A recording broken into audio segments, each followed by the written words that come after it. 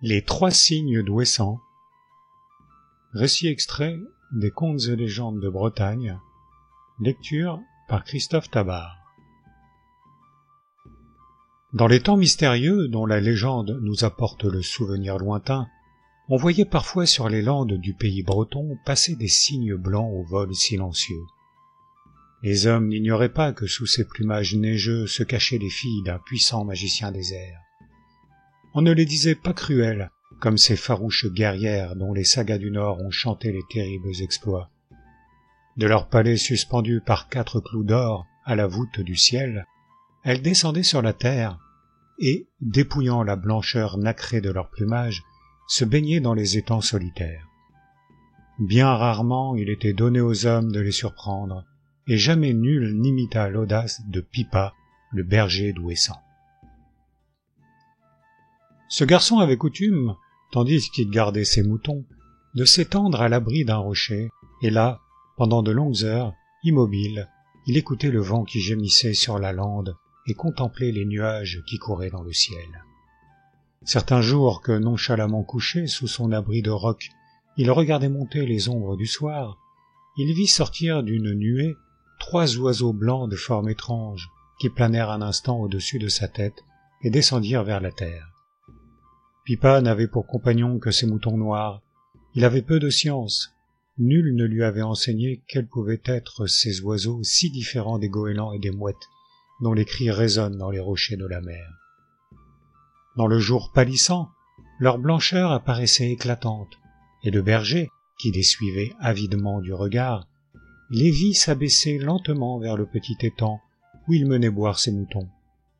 Mais à peine les cygnes eurent-ils touché la terre, que Pippa étouffa un cri de surprise.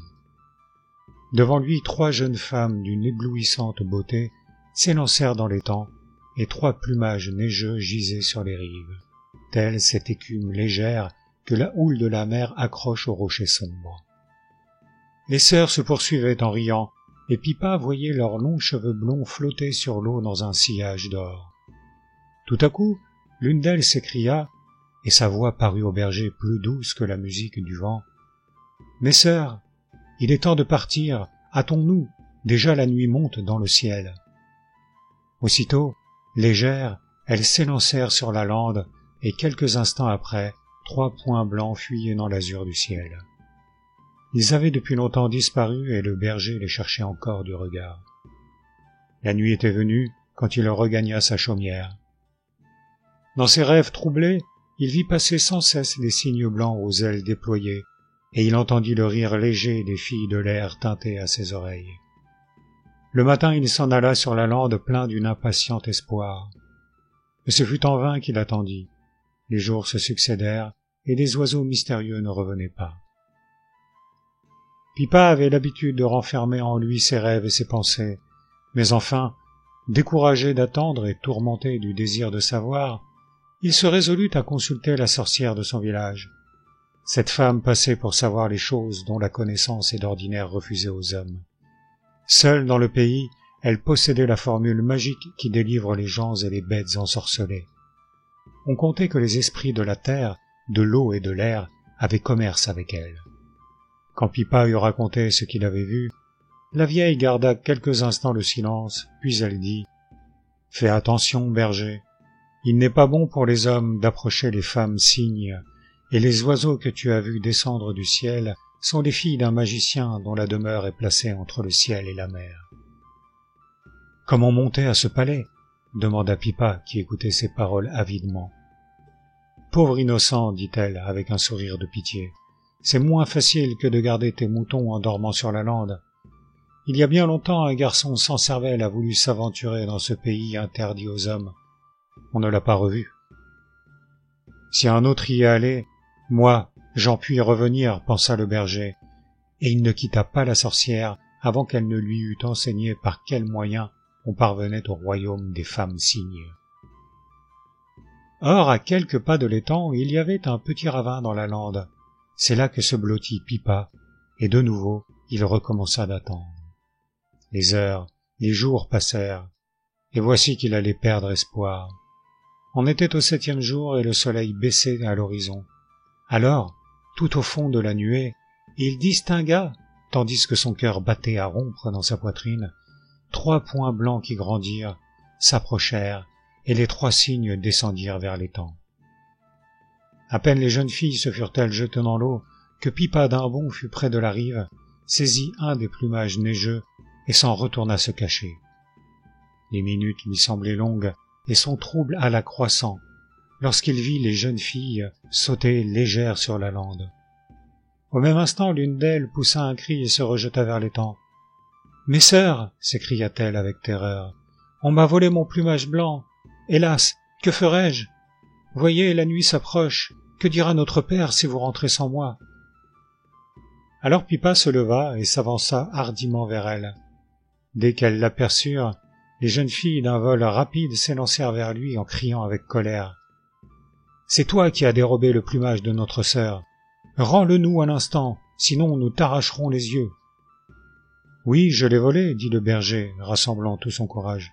« Si vous me promettez de m'emmener jusqu'à votre palais dans le ciel, je vous le rendrai. »« C'est impossible, » s'écrièrent-elles. « Un homme ne doit pas pénétrer dans notre demeure. »« Je garderai donc le beau plumage, » dit le berger.